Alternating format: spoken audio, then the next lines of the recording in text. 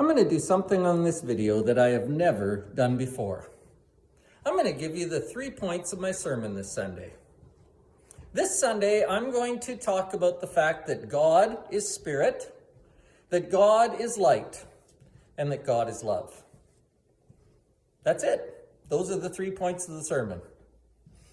Now, you might think, number one, why would you give me those points? Now I don't have to come and listen to it on Sunday morning. But number two, you might think, well, even if I came to listen to it, that doesn't sound too interesting. I already know that God is spirit, God is light, and God is love. And yeah, you probably already know those things. But do you know why they're important? Do you know what those statements say about God? Do you know what those statements say about you? I believe those 3 statements of the Apostle John, God is spirit, God is light, and God is love, are hugely important. They tell us not only something really important about God, but they tell us something really important about ourselves, and we will never connect with God properly unless we understand what each of those statements means. So I've given you the points, but you're going to have to come and hear the details. You're going to have to come and hear why these things are important. You're going to have to come and hear how these things affect your everyday life, because they do. The sermon is called God Is, 3 Shifts in Our Thinking to Help Us Connect with Him. I think it's going to be a really practical sermon. Again, one you could invite anyone to.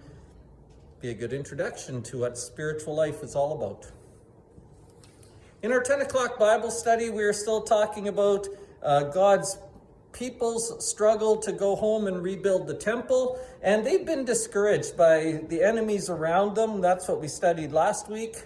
And they've let that discouragement stop them from doing every good thing they were doing.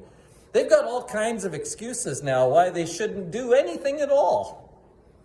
So God sends a messenger. A man by the name of Haggai comes along, and he has a message for God's people about overcoming their discouragement. He has a message about fulfilling the will of God. And it's a message that you and I need to hear today, even 2,000 and some years later. Because God hasn't changed and people haven't changed. We need to hear what Haggai has to say. So go find the little book of Haggai, read the first couple of chapters. That's where we're going to be this Sunday. Again, lunches continue until the end of April, so please bring enough for your family and one more. It's been so much fun here on Sundays lately. Been so refreshing and so good. So nice to catch up with each other. So good to worship together. We'll see you Sunday.